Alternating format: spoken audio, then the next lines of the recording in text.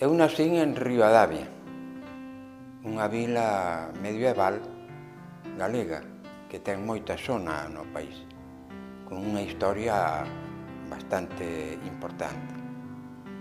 No ano 1913, o 18 de xuño, na casa de meu pai eu lín os libros da Renacencia galega. Entonces asomeime ao visal profundo da cuestión galega.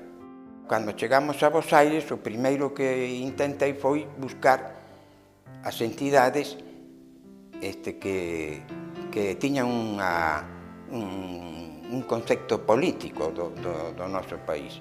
E ali atopei a Pondal. Eran grandes homes de pensamento, eran utópicos. Eu penso que se un home non ten unha utopía, é pouco menos que unha besta. Entón, eles, ademais de loitar por a liberdade política de Galicia, ampliaban o concepto para o mundo en xeral.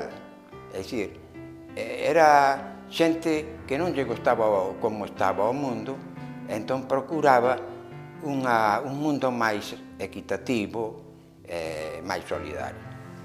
Eu vivín a época existencialista, lonxe de Galicia. Eu había perdido os matices da paisaxe, que é o que influye moito na arte galega, non? En toda a arte galega. Entón eu, novela ou contos, eu non podía escribir porque estaba fora non coñecía. Entonces, eu tiven esa influencia.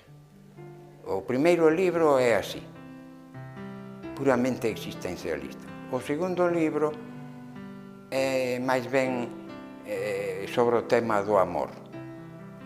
E o terceiro libro é un libro máis panteísta. Para o século XXI, eu quixera que Galicia, sobre todas as cousas, o pobo galego, tomara conciencia do que foi e do que pode ser como país diferente.